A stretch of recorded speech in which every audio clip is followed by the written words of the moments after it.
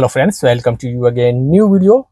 Friends, आज की video में आपको बताने वाला हूँ गियर को प्रॉपर चेंज करने का सही तरीका क्या है और आपको ऐसी कौन सी चीज़ें हैं जो कि गियर शिफ्ट करते समय नहीं करनी है। अमूमन देखा गया है जो बिगिनर है या फिर जो नए ड्राइवर है या कार चलाना सीख रहे हैं उनको सबसे बड़ी दिक्कत आती है प्रॉपर गियर चेंज करने में। कुछ गाड़ियों में 6 गियर होते हैं, कुछ गाड़ियों में 5 गियर होते हैं और कुछ गाड़ियों में जो रिवर्स गियर होता है वो यहाँ की जगह ऊपर की तरफ लगता है। साथ में जब हम गाड़ी को चलाना स्टार्ट करते हैं यानी फर्स्ट गियर में गाड़ी को आगे बढ़ाते हैं, उसके बाद प्रॉपर जब सेकंड गियर पे हम गाड़ी को लाते हैं तो हमारा थोड़ा ध्यान भी भटक जाता है। जैसे हम गाड़ी को चलाते समय सामने देखते हैं, लेकिन गियर जब शिफ्ट करते हैं तो कुछ जो बिगनर होते हैं या नए ड्राइवर होते हैं वो गियर की तरफ ध्यान देते हैं, जिससे गाड़ी इधर उधर चले जाती है और एक्सीडेंट का खतरा बना रहता है। तो गियर शिफ्ट करने का सही तरीका क्या है, सबसे पहले वो जानते हैं। देखिए दोस्तों, आजकल की जितनी भी गाड़ियां आ रही हैं, स्पेशली जो फ्रंट व्हील ड्राइव वाली छोटी गाड़ियां, हैचबैक हुई या फिर कॉम्पैक्ट एसयूवी हुई या फिर सेडान हुई, वो फ्रंट व्हील ड्राइव होती हैं। और जो रियर व्हील ड्राइव वाली गाड़ियां होती हैं जैसे कि स्कॉर्पियो, बोलेरो या फिर 4x4 गाड़ियां जो होती हैं, उनका जो गियर शिफ्ट सिस्टम होता है वो थोड़ा सा अलग होता है।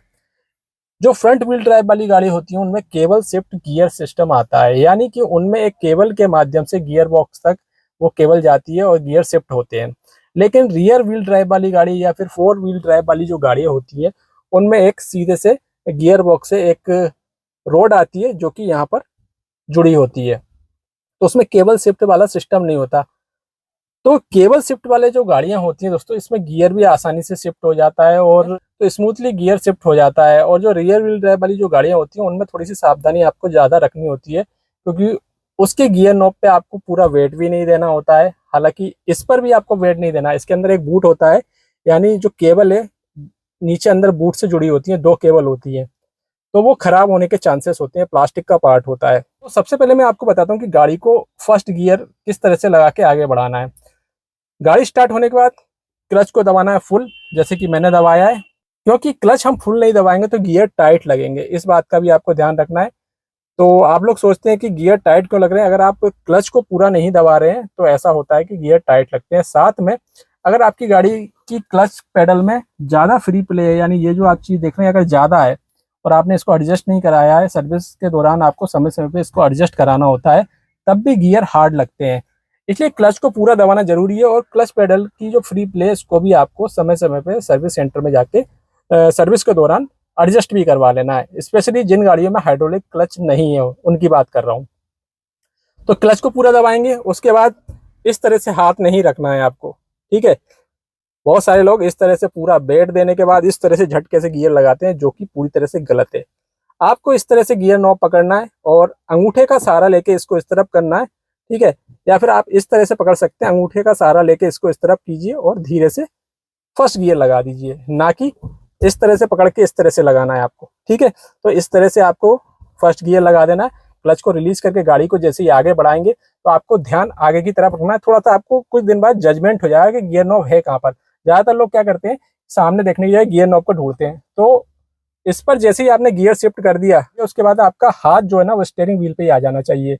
ऐसा नहीं है कि स्टीयरिंग व्हील की जगह आपका जो हाथ है वो गियर नॉब पे ही रखा हुआ है और आप सेकंड गियर लगाने का इंतजार कर रहे हैं, थर्ड गियर लगाने का इंतजार कर रहे हैं। तो ऐसा आपको नहीं करना है, इस पर वेट नहीं देना है, ठीक है। तो फर्स्ट गियर लगाने के बाद हाथ स्टीयरिंग पे आ जाएगा, गाड़ी थोड़ी स्पीड पकड़ेगी, उसके बाद फिर से आपको क्लच को फुल दबाना है और यहाँ पर हम अंगूठे का सहारा नहीं लेंगे। अब हमको यहाँ पर इस तरह से हाथ को घुमा देना है, जैसे कि आप देख रहे हैं। तो ऐसा करने से क्या होगा, एक तो नॉब इस तरफ ही दबा रहेगा, क्योंकि जो सेकंड गियर है वो इस तरफ पुश करने के बाद ही लगाना है, लेफ्ट साइड पुश करने के बाद ही लगाना है। तो बस आपको इस तरह से सेकंड गियर लगा देना है, उसके बाद फिर से हाथ स्टीयरिंग पे लाना है, गाड़ी फिर से स्पीड पकड़ेगी।